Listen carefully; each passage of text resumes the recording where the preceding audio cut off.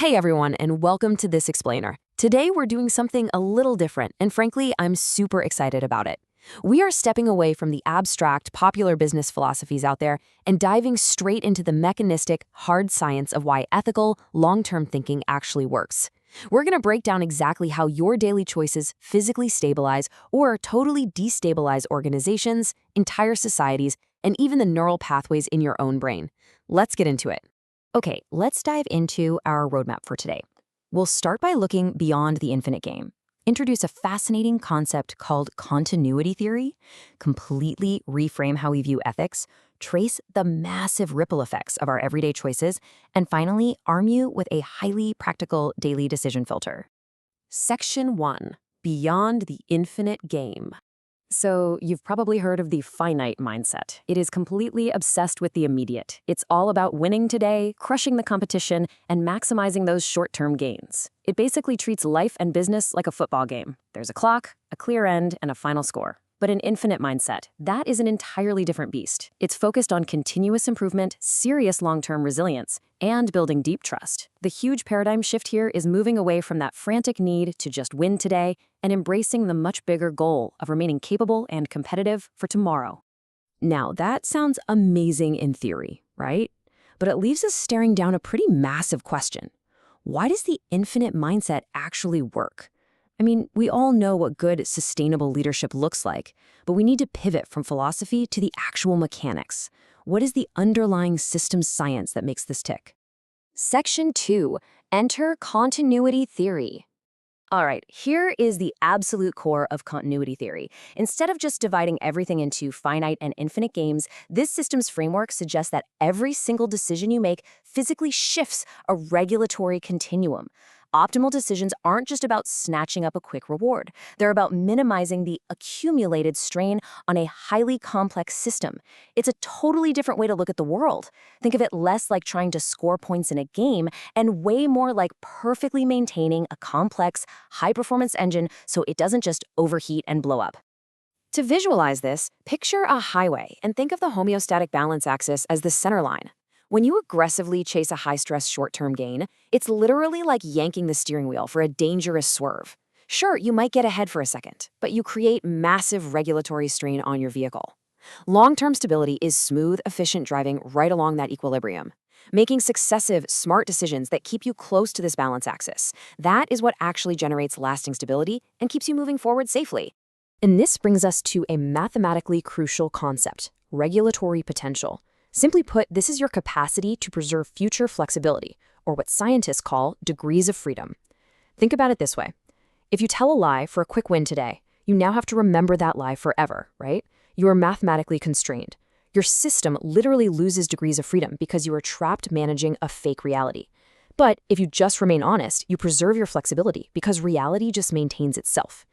Keeping your future options wide open is infinitely more valuable than grabbing a localized, immediate win. Section 3. Ethics as system regulators. You know, we usually treat ethics as these soft, fuzzy moral guidelines. Be good, play nice, right? Well, continuity theory proposes a much harder, strictly functional interpretation. Ethics are functional system regulators. Things like honesty, fairness, and cooperation, they aren't just nice-to-haves. They are hard, functional requirements that actively reduce unnecessary friction throughout a complex system. They are the literal grease in the gears of society. In fact, economists constantly point out that high-trust societies are vastly wealthier, for one simple reason. They don't have to blow massive amounts of time, money, and energy constantly verifying contracts and legally protecting themselves from getting scammed. Let's make this super concrete. If you cheat a customer, your short-term gain might be fantastic, but your long-term strain goes through the roof. You've completely destabilized the system and pretty much guaranteed future friction. Now, telling the truth, that might only give you a moderate win right now, but the long-term strain is practically zero. You see the exact same dynamic when you compare borrowing excessively to saving gradually. Choosing local optimization, like cheating for a quick buck, inevitably creates massive, compounding long-term instability. It's just a really bad trade. And here's the kicker. These choices do not happen in a vacuum. They snowball into massive feedback loops. Honest behavior naturally kicks off positive loops. You build trust, cooperation becomes a breeze, and transaction costs plummet. All of that incredibly strengthens stability. On the flip side, cheating just spreads a virus of mistrust. People get defensive, institutions start to crumble, and the system bleeds its degrees of freedom. It fundamentally corrupts the basic operating system of an entire society. Section 4. The ripple effect of choices. So, continuity theory reveals something wild. Regulation is happening simultaneously across multiple nested levels. Your decisions literally ripple outward, just like dropping a stone into a perfectly still pond. One choice alters your brain's regulatory pathways, which then influences you as an individual, which impacts your family, your organization, your society, and ultimately civilization as a whole. You are never, ever acting in isolation. Every single choice touches multiple nested systems all at once. The crucial takeaway here is that what feels like a localized win can absolutely devastate higher-level systems. Take corporate fraud. Sure, it might artificially pump up a company's profits for one quarter. A nice, localized win. But zoom out and look at the global instability it triggers.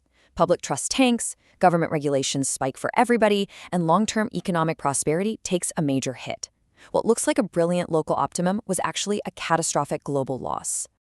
Section 5. The daily decision filter. Okay, so how do we actually use this? Here is a brilliant 6-step daily decision algorithm you can literally start using tomorrow. Before you make a move, ask yourself, 1. What's the immediate benefit? 2. What long-term regulatory strain is this going to create? 3. Does it build or destroy trust? 4. Does it preserve my future flexibility? 5, and this is key, does it move my system closer to that homeostatic balance axis? And finally, 6, how is this going to ripple out and influence the larger nested systems I belong to?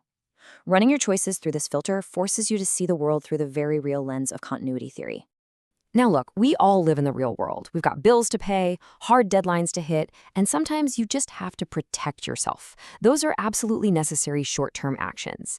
Daily life is always going to be this continuous dance of balancing those finite, immediate necessities with your infinite aspirations. The trick is making sure you balance those immediate needs so you never accidentally sacrifice your long-term adaptive capacity and the fundamental health of your system. And that brings us to the ultimate bottom line. This quote right here defines the continuity principle of decision-making.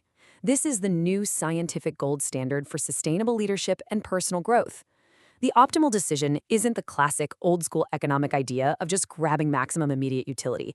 No way. The truly optimal decision is the one that minimizes your accumulated strain, keeping your systems perfectly stable, completely adaptable, and primed for continuous evolution. We're going to wrap up this explainer with a question I really want you to chew on today. Take a hard look at the choices you are making every single day, at work, at home, in your community. Are your daily decisions just blindly maximizing today's reward, or are they actively preserving tomorrow's adaptive potential? Because make no mistake, the stability of your future and the entire world around you depends entirely on your answer.